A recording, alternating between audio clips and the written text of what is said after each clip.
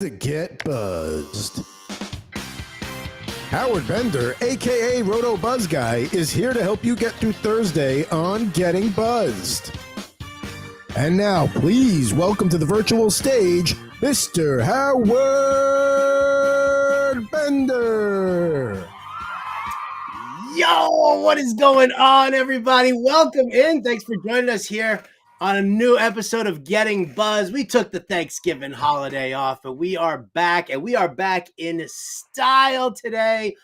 So glad to have you all in here. If you're watching me on the Fantasy Alarm YouTube page, you smash that like and subscribe button for me, please, because you know what? That's how I feed my family, for crying out loud. You help us with that algorithm there over on the YouTube page. But oh, baby, do I have a show for you guys here today. My special guest joining us in a little bit, Mike Babchik. You guys know Babs, right? He's from the Morning Men Show. It was the Morning Men Show over on Mad Dog Sports Radio. He is currently, look at that, the co-host of the DA Show.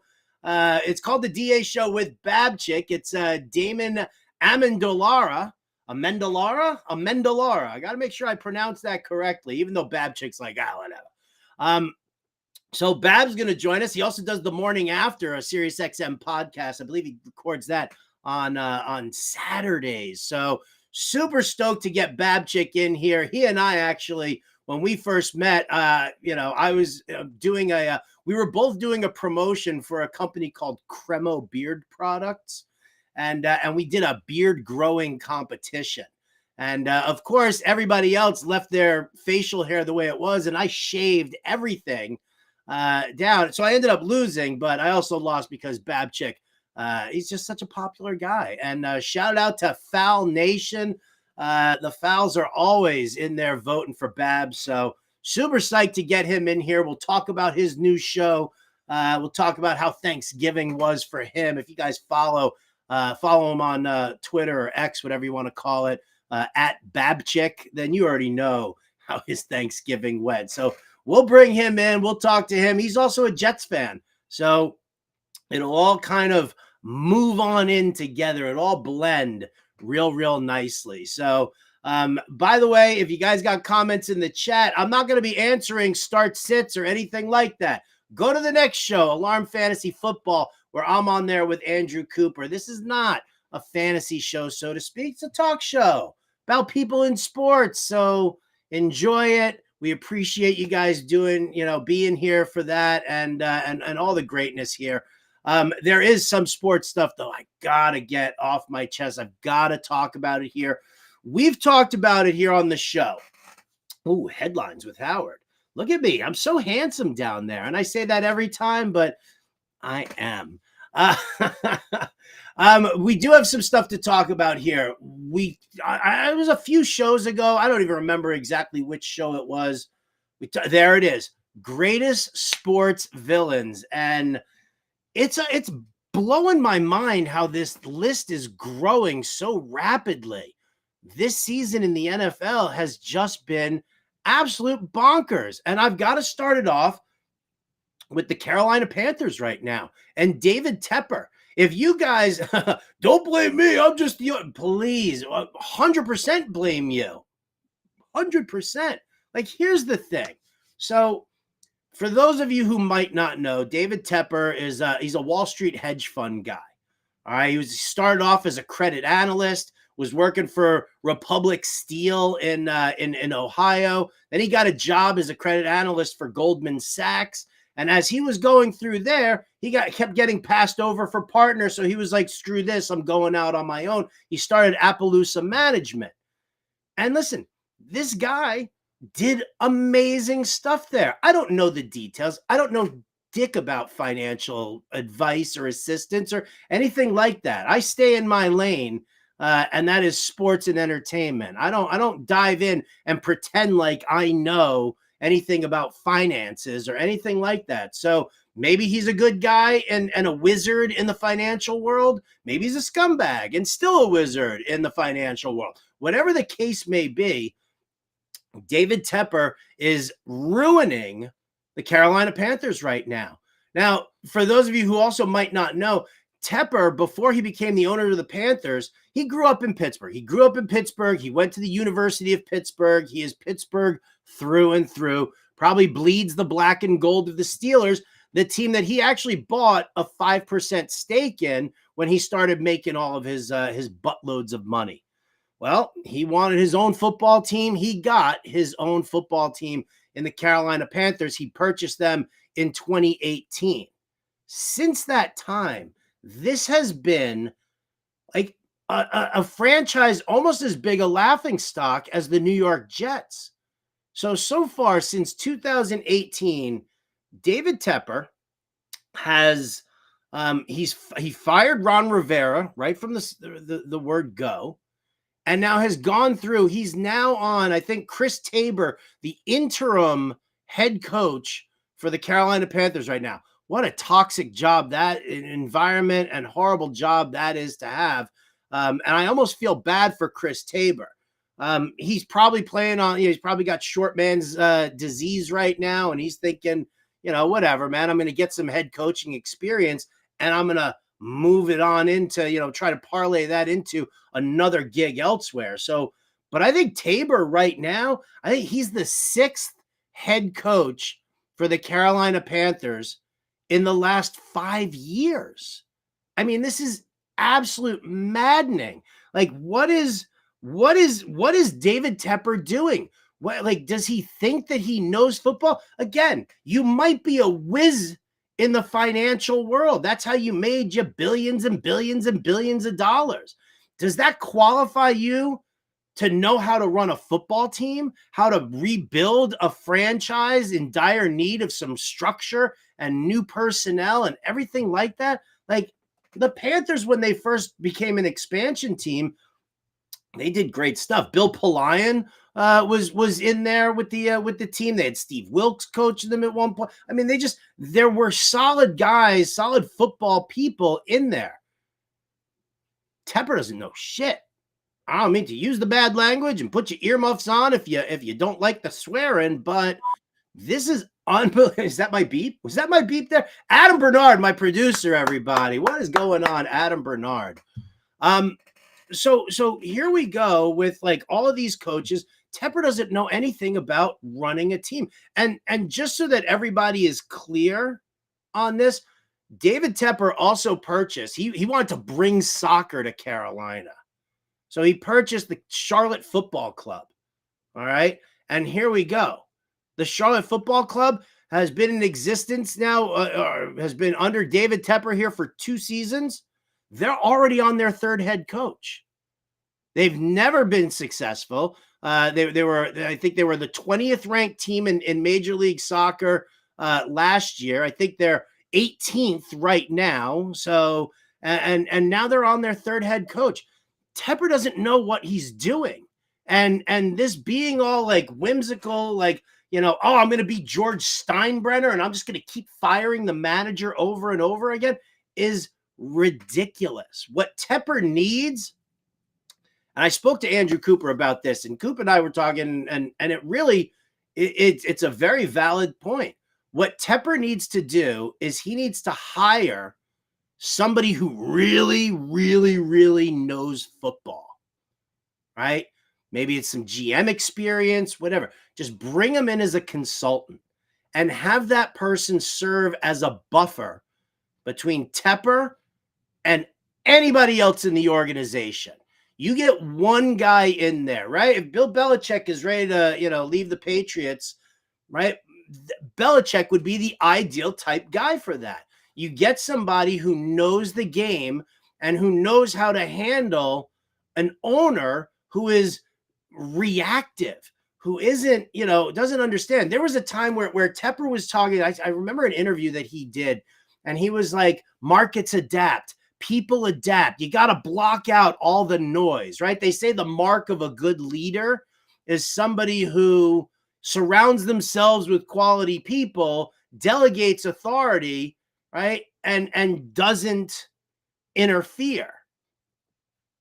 Tepper, not interfering. Like, that's the problem here right now.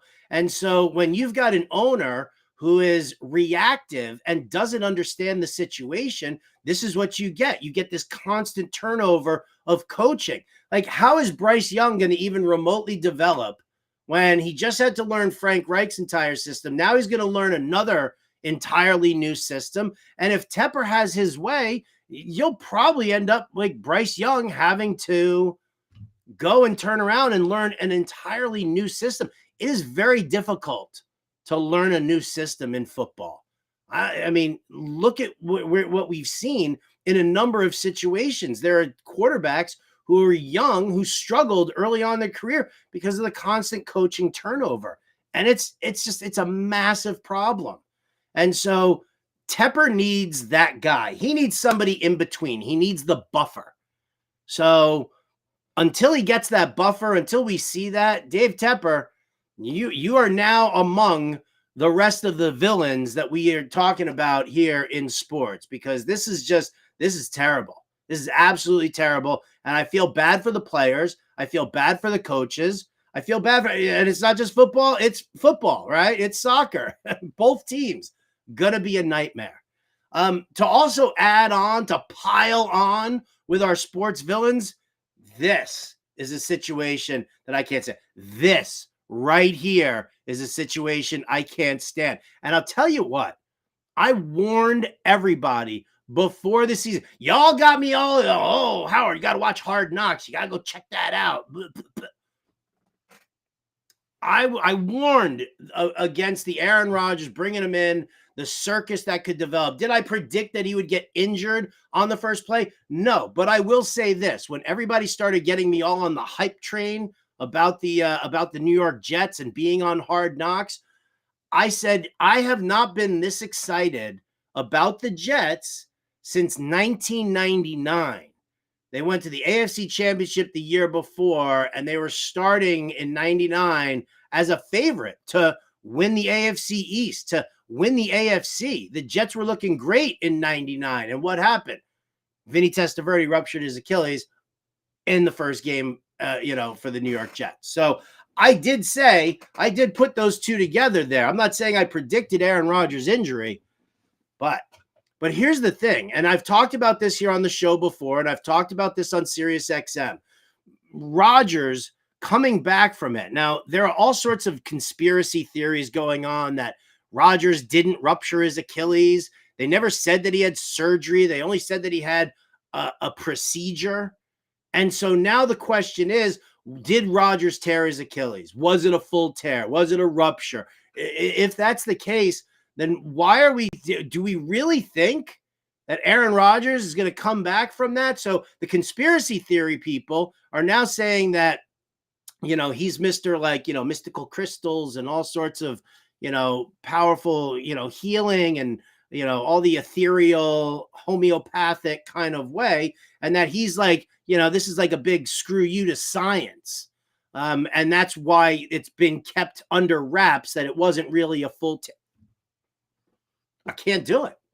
I can't do it. To me, it's garbage, right? And I don't care if he's throwing balls around at practice. You show me mobility, you show me running out of the pocket, you show me anything, because I'll tell you what, this dude ain't coming back. They opened the 21-day window, but this dude isn't coming back unless the Jets run the table. That means they beat Atlanta, that means they beat Houston, and that means they beat Miami in Miami next 3 weeks. If that doesn't happen, why are they going to activate Aaron Rodgers? He's not like, oh, yeah, let's do it. No, because if they're not making the playoffs, then what the hell is he coming back for? Save it for next year. It's a lost season. All right. So just because they open the window doesn't necessarily mean he's even going to come back and play. So until I see him in practice taking like a hit or running around being chased down by a defensive lineman, I'm not in on it. So you guys with your conspiracy theories, suck it. I mean, I don't care. It doesn't matter to me. This is not a good situation. And so, it's delusional Jet fans who actually think, look at how good the AFC is. Buffalo, Miami, Kansas City, Jacksonville, Baltimore. All right. These teams are solid teams. Can the Jets potentially squeeze it? I mean, they've lost four in a row, 5 in a row. I don't know. I think it's kind of a lost cause here. But again, this entire nonsense here, this entire garbage is just to me, it's crazy. To me, again, this is Aaron Rodgers leading everybody on so that nobody fires Nathaniel Hackett, because you know that if they fire Hackett, Rodgers ain't coming back. So to me, it's a lost cause. And again, all of this nonsense here, to me, is making Aaron Rodgers a sports villain. So I'm going to throw that down there. I'm going to tell you all with your conspiracy theories to go shove it. It's not happening. And I listen, even if Aaron Rodgers does come back at any point this season, who cares? It's not going anywhere. Like, it's just, stop being so delusional. I'll tell you what. Mike Babchik is a Jets fan. He's raising a Jets fan right now.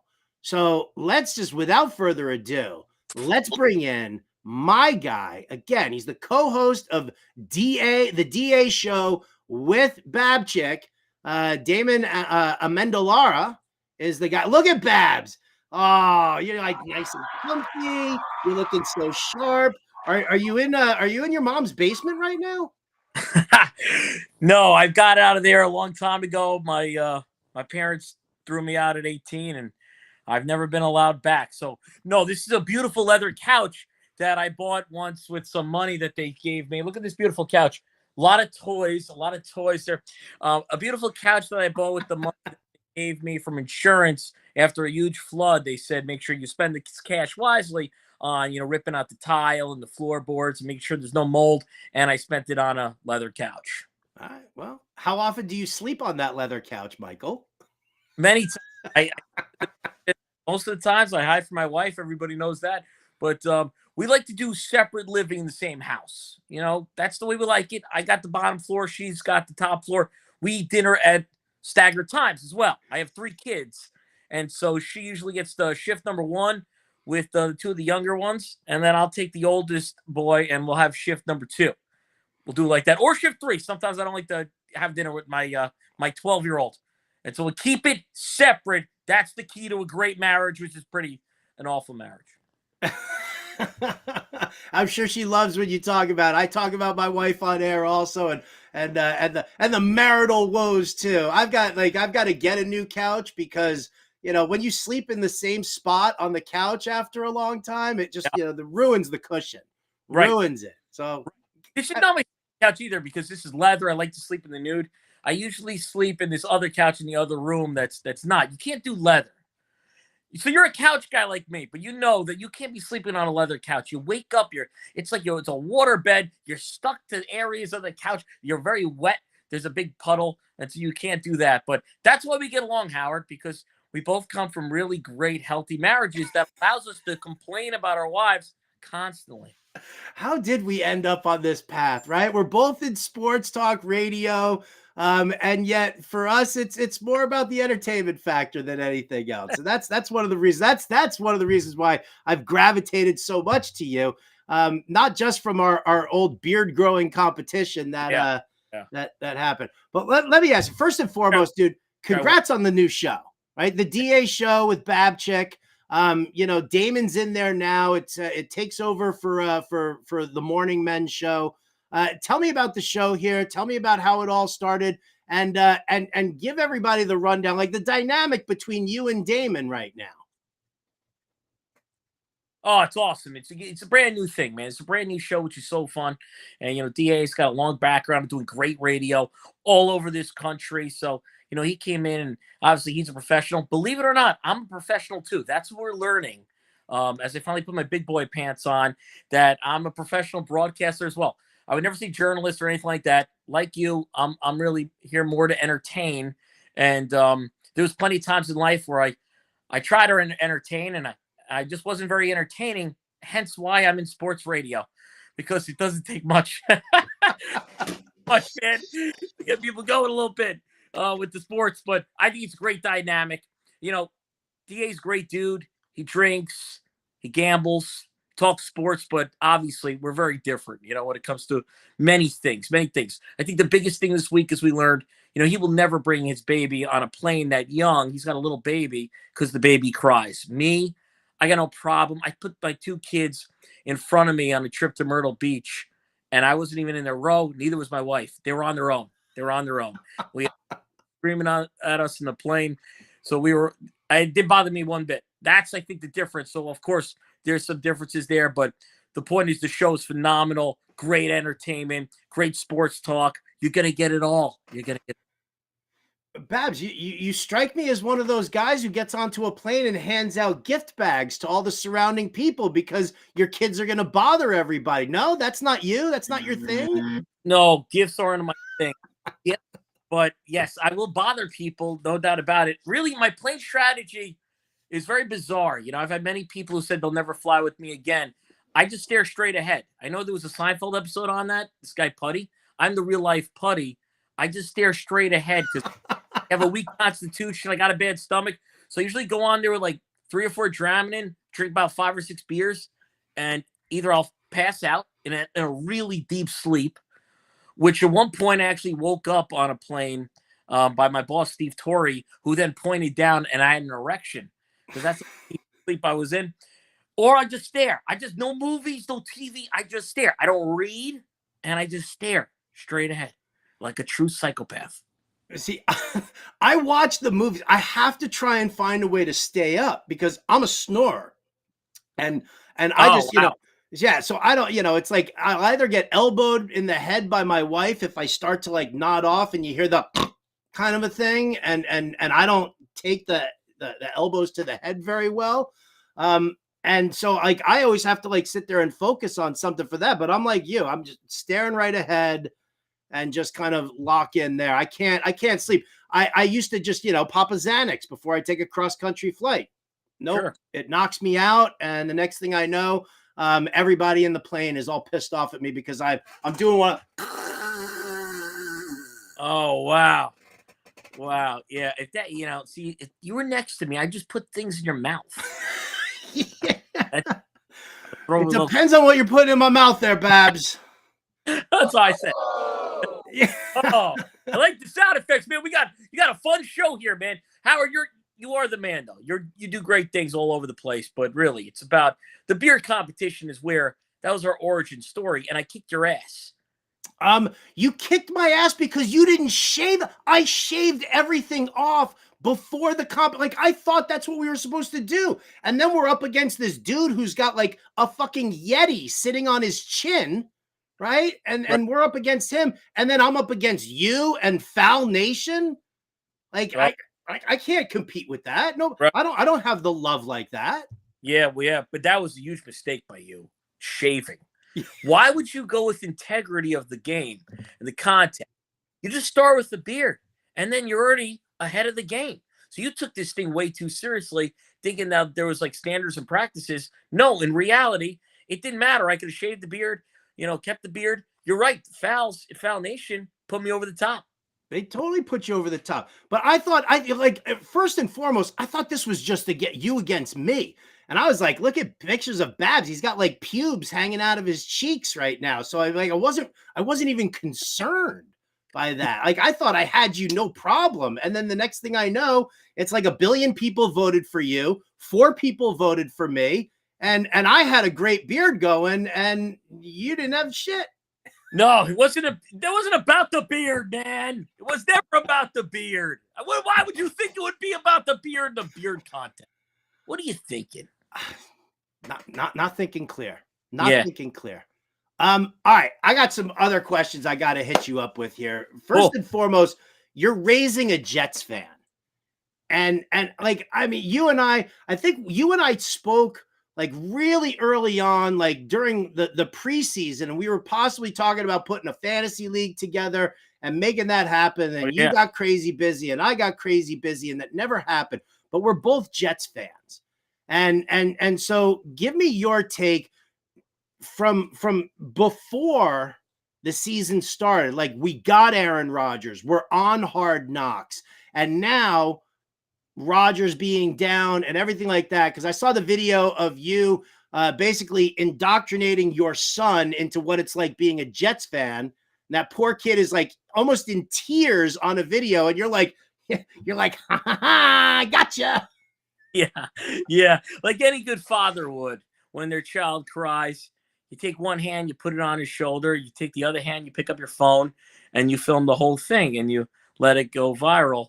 That's what it's all about. That was the moment. I mean, look, I had my moment. I think I was on with you telling this story about how I was on. I was a part of. I was a part of it.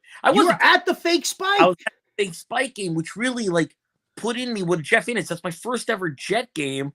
And, everybody stood up and I couldn't see anything. And I was like, what happened? And everybody knew it was my first Jets game. And the guy's like, what happened is you just became a Jets fan for life. Welcome to being a Jets fan. And it was a horrible moment. And then my father, who, for whatever reason, third quarter started yelling, make it a game of Reno because we had a lead in that game.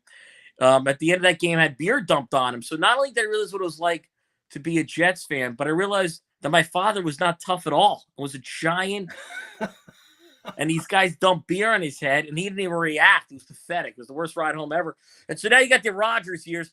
I mean, I haven't even like the Rex Ryan years, which I loved. And we beat the Patriots. That was the Super Bowl. I never thought we would go to the Super Bowl. I assumed, the Colts and the Steelers we would lose, and we did. And I was just so happy that we beat the Patriots, and I couldn't believe that ride. But I never really truly believed in the team, even in the offseason. This offseason did have me believing again for the first time, maybe ever. And so ever since Vinny Testaverde went down with that, obviously Achilles. And then here's Aaron Rodgers. Me and my son are at the game. There's actual buzz in the building. People are into the Jets like crazy. It was so much excitement. It was the greatest intro I've ever seen. It was the greatest beginning of a Jets game ever. But I really do call that the best and the worst Jets game I've ever been to because Aaron Rodgers goes out after 75 seconds, and the Jets hang on for a miraculous win, which was great, but you knew the season was over, and nobody believed in Zach Wilson. At that point, I had no hope. I was back to, I don't want to hear about it. I didn't like the delusional Jets fans that thought that Zach Wilson could put something together, some type of season. They were wrong. I was going to be right, where we had nothing. Well, now, all Aaron Rodgers has done is provide hope, and I don't know if I need that right now. Are you being fish hooked into it? I feel like he's gonna play unless the Jets step in. But yeah, I'm being sucked back in. I don't need a meaningful December football game in a meaningless season.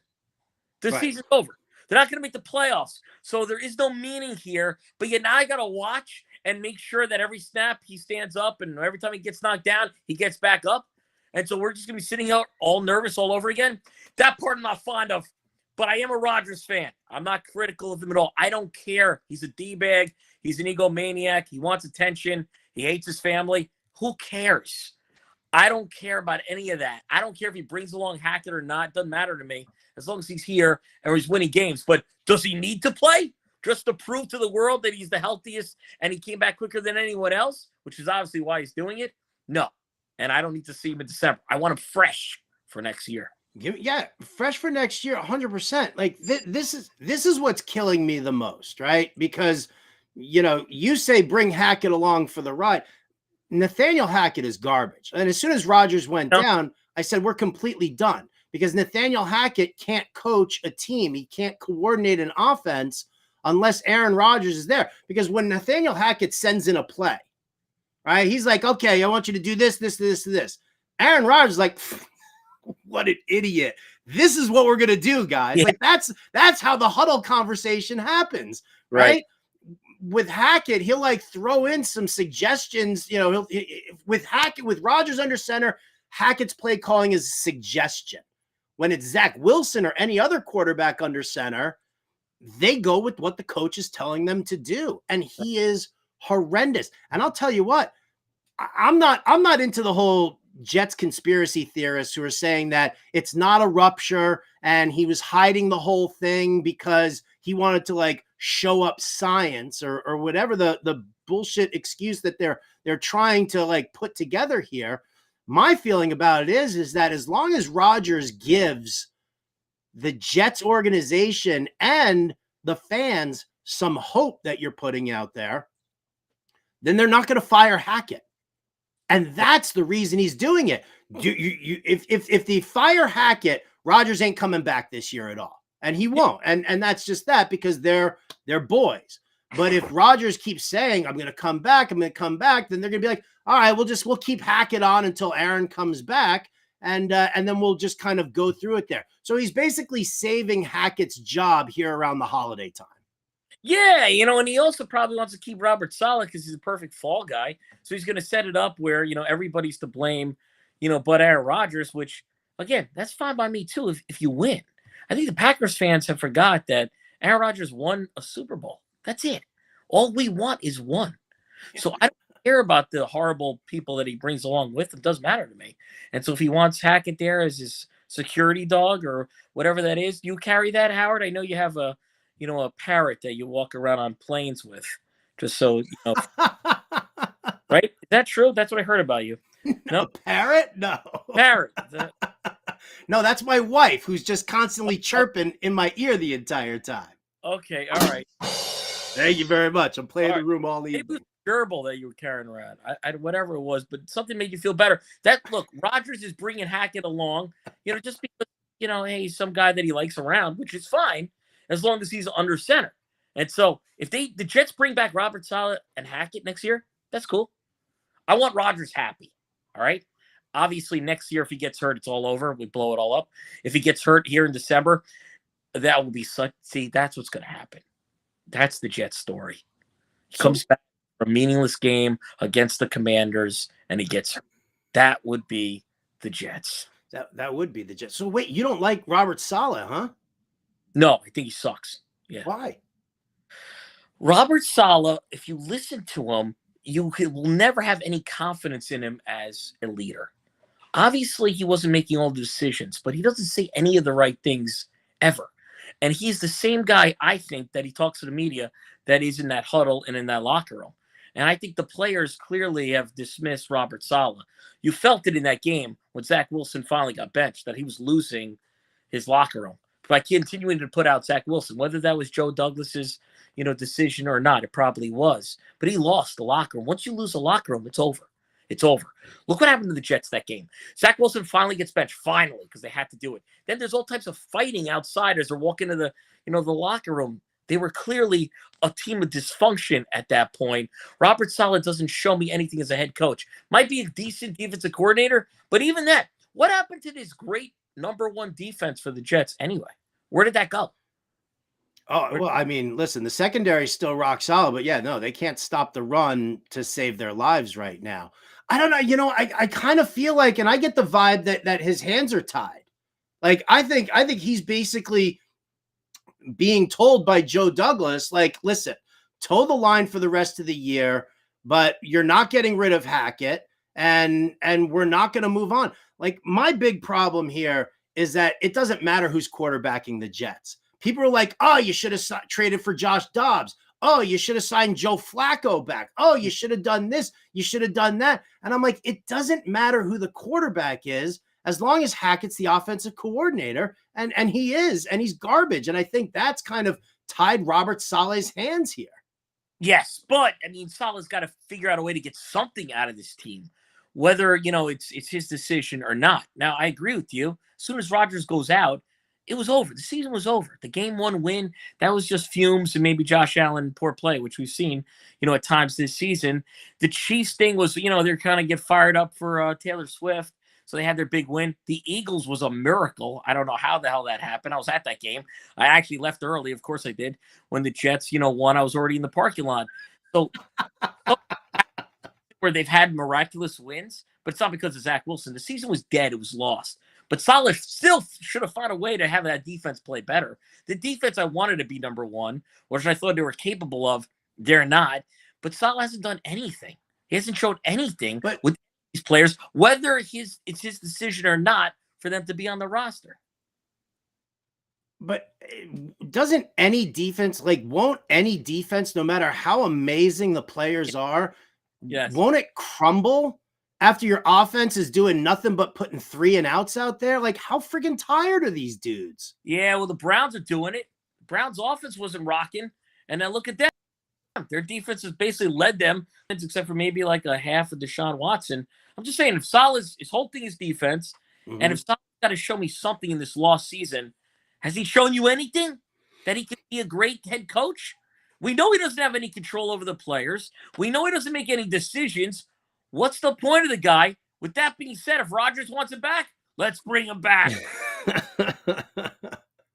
What a lost franchise, man. I'm ready to just turn around and just start rooting for the freaking Panthers. Like they're at least going to start blowing shit up. You can't jump ship. Once you're an adult, that's it. And I do think it builds character, though. More interesting than the other fan. They just do. In fact, I don't know how I would act with winning. Now, I'm not against winning. I'm willing to try it out, see what it's like to be a Super Bowl champ and go to a parade and all that stuff. So I'm not totally turned off by it. But isn't this better? Like, look at a Cub fan. They were great. Then they won. Now they're like, eh. The Red Sox fan had something real special about them with the curse and everything. Then they win. Passion gone. I do a show on Mad Dog Sports Radio, obviously. Mad Dog Chris Russo loved the Giants. Yeah. We talk about them all the time. Then they won like 3 World Series in 5 years. Mad Dog doesn't even watch anymore. Us losers are better. Losers win, sort of. And they still lose. So we maintain our identity, is what you're saying. Yes, we are. We're lovable losers. Doesn't that make us better than something? Again, I'm willing to try what it's like to win. I'm willing to give it a shot, but it's just not going to happen, Howard. I know it's not going to happen. And it depresses me beyond belief at times because like no hard knocks for me. I wasn't going to buy into it all. And then everybody just bombarded me with it. And they're like, you got to jump on board. You got to do that. You gotta. And I let myself get sucked in. Like that's what the Jets do on the regular. Yep. Like they suck you in and then they break your heart. Like, and it's not even like, breaking your heart in an artistic kind of form. It's not like the Cowboys who, had some dynasties back in the day and now they can't win a playoff game and their fans think that they're going to win the Super Bowl every single year. Like we don't even think that. Like basically we all know Joe Namath sold his soul to the devil. And the devil said, Joe, I'm going to give you the Super Bowl, but the team's never going to win again while you're alive. And Joe's like, I'm cool with that. Whatever. Make it happen. Why would Joe care anyway, though? He got the win. He was with all these women. He was the coolest guy in the world. I mean, are you one of these guys where the sports is first? You take the Jets over all the happiness in life? Like if we said to you, no more sex with your wife, but the Jets win this year, are you going to you're going to make that deal? Well, I mean, I'm 20 odd years in with the same broad right now. So, I mean, you got to give, I'll tell you what, if you told me I could never attend a fish show, a fish concert at all for the rest of my life, or have the Jets win a Super Bowl, screw the Jets. No, listen, this is exactly where you answered correctly. It's really about where you are in life and how long you've been with the same woman. That is exactly the correct answer. And so the answer is, you would take Jets Super Bowl. You would. I would take over that. Oh, dude, come on. I mean, listen, you're not like we just started with this. You're not the biggest family guy either here, right? You're in a loveless marriage. You got 3 bratty kids who sometimes you like to hang out with, but even more so, you attack your parents. Tell me about your mom's Thanksgiving turkey. Wow. Yeah. That was quite I'm still chewing, I think, my mom. You'll never get anything drier than my mother's turkey. I mean, it just won't happen.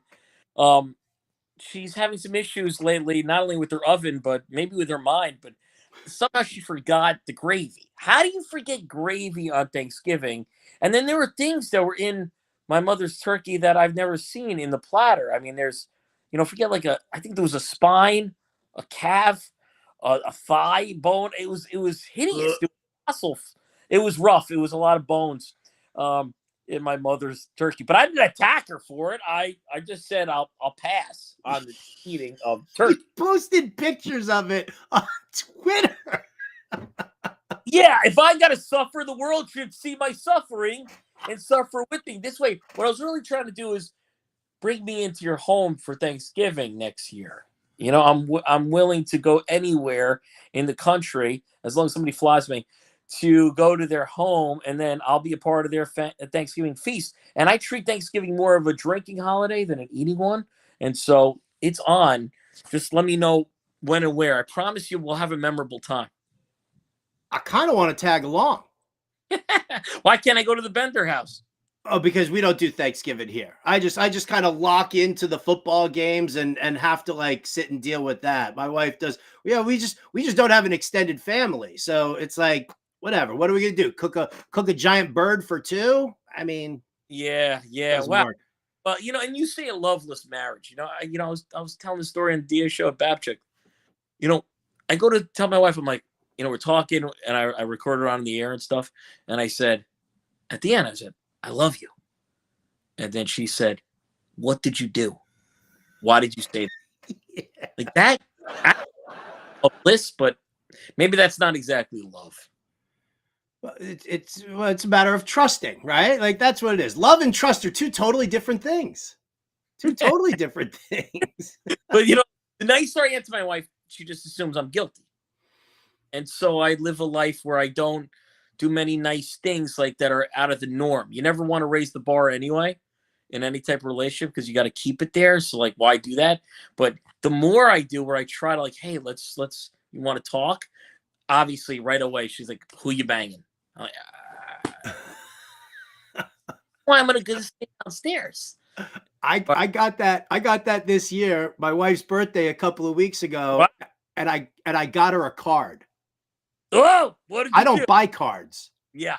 Like I just don't do cards. I think it's ridiculous. I'm not paying $7.99 for a piece of paper folded in half. Like it's just not going to do it. Like I'm not cheap or anything like that, but I just think cards are a colossal waste of time. I got her a card for her birthday and she was like, "What's going on?" Yep. Wow. Can't do it. You see, you screwed up. Yet all the years of hard work that you put in, and you put it in by not doing anything. You got to keep it there. You've done a good job, and then you blew it, and you bought her a card. Never do that. Never. But I do like that when they accuse you of stuff like that. It does make me feel like, wow, I still got it. Like, Right. she still thinks I can get it anywhere else? Have you seen me lately? You're hideous. So the idea that both of our wives are like, oh, wow. Yeah, who you with? Anybody would be with me? But of course I don't say that because, then, I mean, but sometimes that could be my defense. It's an appraisal. The accusation is actually an appraisal because I'll take my shirt off and I'll walk around the house and I walk past her and I'm like, I'm sorry. I don't know how it got like this. I'm super sorry that you even have to look at it right now. Forget about this like blob flopping around on top of you. You still have to just like look at me like walk into the kitchen while I'm chewing and wearing no shirt. It's not pleasant. Yeah, you're the guy butt naked opening a pickle jar. Nobody see that, but you should apologize for that. You say sorry in the bedroom. After you're done, you're like, oh, that was bad. Sorry. But if you don't do it anymore, though, like I don't say sorry at all to her anymore. I mean, I've been with her for so long, but before in the past, you'd throw a sorry. But every girl I've ever been with, I ended with, I'm sorry. That was bad. I'm sorry. See, for me, I just like at this point now, I'm just like, hey, you know what? Sometimes these are just for me. You do what you got to do. I'll go sleep on the couch now. You do what you got to do here to finish. Like, that's fine. That's fine. I love that. Well, Babs, I love having you here. I could sit here for hours and hours on end talking to you, but obviously I'm not allowed to because you got shit going on and I got shit going on. Time. I got to take my nap, right? But I did love coming on, man. I do it for you anytime. You're my dude. We're not done yet, baby. We're not done because I always like to play a little game with my guests here. So Mike Babchik of the DA show on Mad Dog Sports Radio. You guys check it out Monday through Friday, 6 to 9 a.m. Eastern. Babs, it's time to play a little game we like to call Pick Your Poison. It's time to pick your poison. Is it worth it?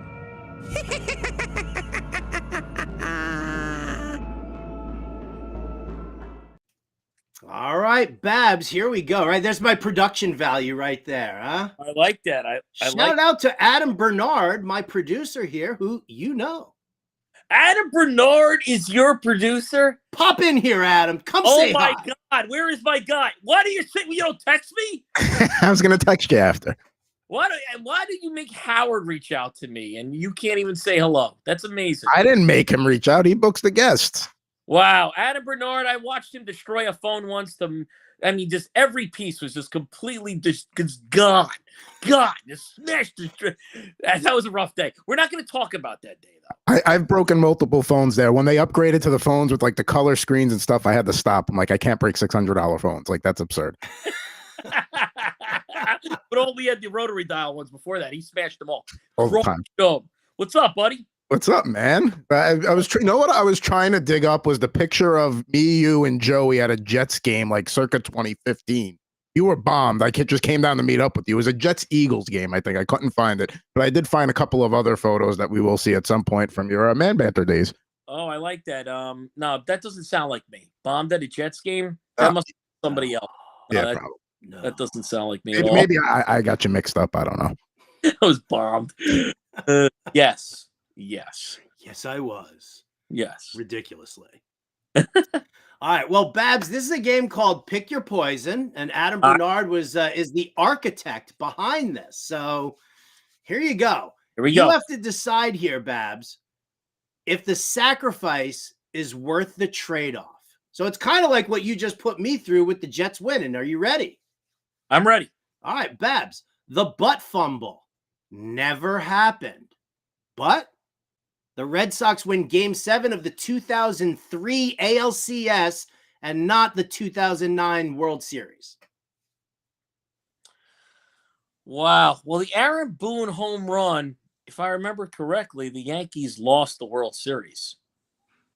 They did. The Florida Marlins, the following series, yes. They lost to the Marlins. So, you know what? Bye-bye Aaron Boone's memory, because who cares? It didn't even lead to a championship. But the butt fumble, every single Thanksgiving, of course I was at that game. I was at the Sal OC trip game. And remember one of the coaches tripped somebody?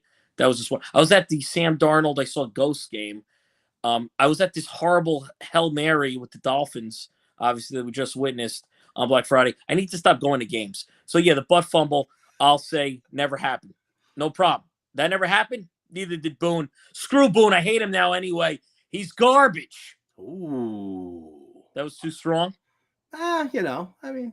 I take it back. He's mediocre. All right, here you go. Scenario number 2. All right. The Jets. Now you got to go back to your childhood here. The Jets properly defend that fake spike, but you never get to have and make memories in your beloved Whack Shack. The Whack Shack is the name of my tool shed. Wow. No, wow. Okay. No, the fake spike's fine. That's how I became who I am.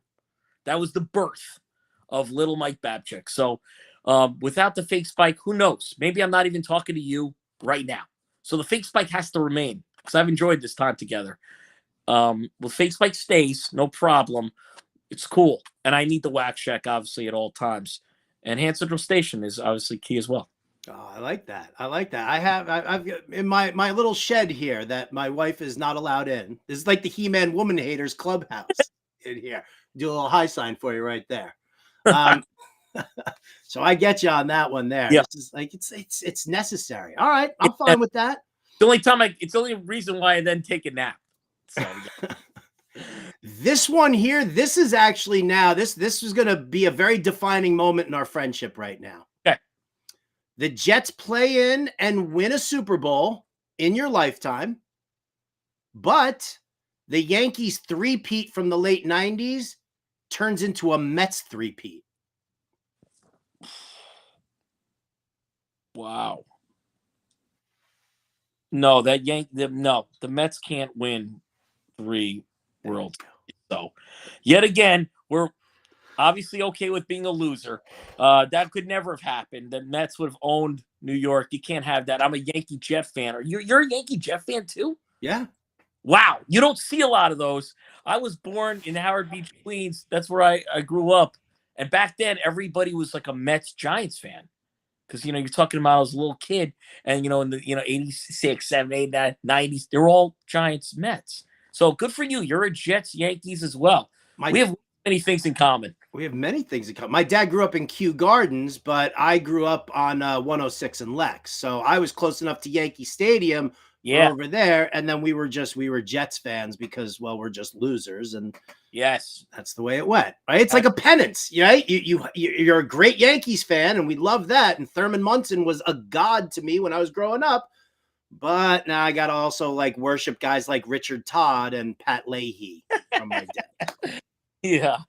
Oh, man. Ken O'Brien. Oh, all right, here you go. Scenario number 4. I got 2 more here for you. Your old show on Nightline Radio, Two Franks and a Mic, and the OG Man Banter are both wildly successful, but you have to give up your family season tickets and are never allowed to attend or watch a Jets or Yankees game again. What a job by Bernard, man. This is my boy. Right? All right. That's why I love this dude. No, if those shows were successful at that time, I'd be dead now. Dead. I know me. I'd be dead. Dead with groupies, so I'd go out in a hell of a way. Whatever it is, it'll be something viral, but I'd be gone. And so the Jets season tickets, I'm probably okay. Well, see, it's the Jets season tickets are, I don't mind giving up, but no, I couldn't. It would be the other way. It would be just me being successful with both those shows would have been a bad scene. I owed a lot of people a lot of money back then too, so that would be bad. I always said they were successful. Wasn't going to pay them back. That would be horrible. Cocaine's a hell of a drug, isn't it? You said I was in the best shape of my life. I've always been in the best shape of my life because round is a freaking shape. Yes. All right, here we go. All right. Last one.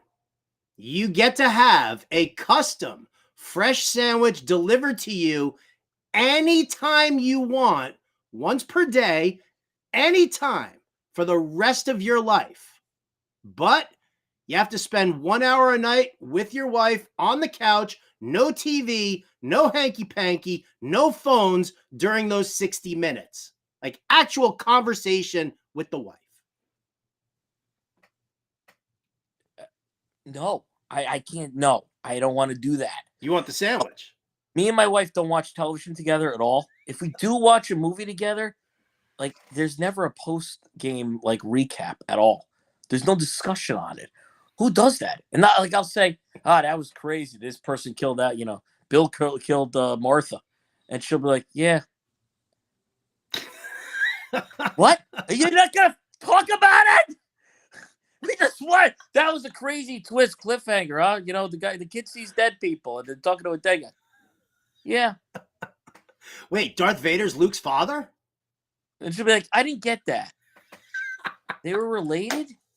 Well, that was the big twist at the end. But did they say that? All right. So, no, I'm not going to do the whole conversation. And I don't think I could get through an hour without squeezing my wife and trying to get somewhere anyway. Okay. Anytime she wants, I just want a hug. And I'll give her a hug. But then I'll give her a spank and everything else. And you can't stop. You just can't stop. So I guess the sandwich is out, which sucks because I do like sandwiches. See, I'd take the sandwich, 100%. I'd take the sandwich. Why not? Why not? Until the tush push becomes an actual part of my life, then no, I'll just take that sandwich. Thank you so much. How many sandwiches would you get delivered though? In that, it's every day, anytime. Every day. Every day. I would eat a sandwich every single day. Every meal? Why not? Yeah. I don't need variety.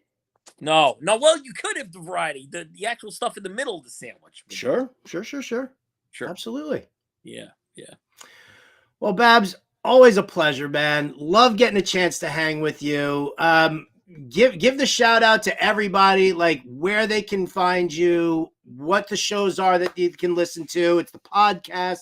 It's the show. Give the full rundown for everyone for me. Well, where they can find me? You want me to give out my address? I got enough people showing up here, but check me out every single weekday morning. The DA show with Babchik. That's on Mad Dog Sports Radio, Channel 82. I do a Saturday show, Babchik's Morning After, which is huge. You got to catch that out Saturday, 7 a.m. Eastern live. But if you miss it live like me, I usually wake up at 9 a.m., even though every episode I say I'm doing it live. You could check it back out on the SiriusXM app. And if you need me for anything, you got to hit up your producer, Adam Bernard. Adam Bernard used to be my cloud.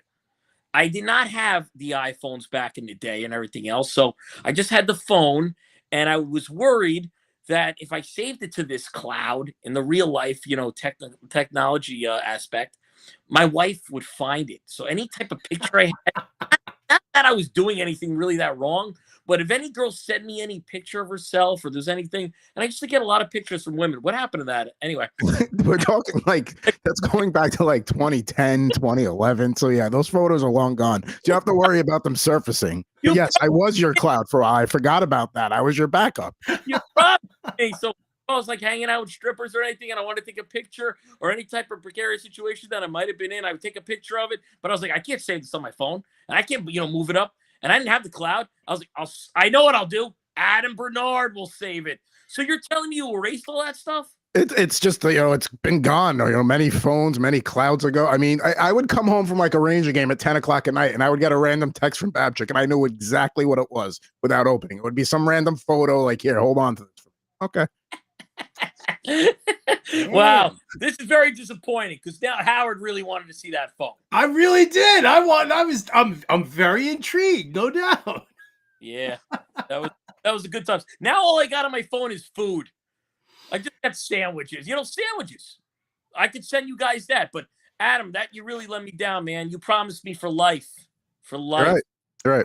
I did let you down. I'm sorry. Shame on you. It's weird for you to not be the disappointment, be the other end of the disappointment. Usually you're the disappointment. Now you're on the other end. Circle of life, my man. All right.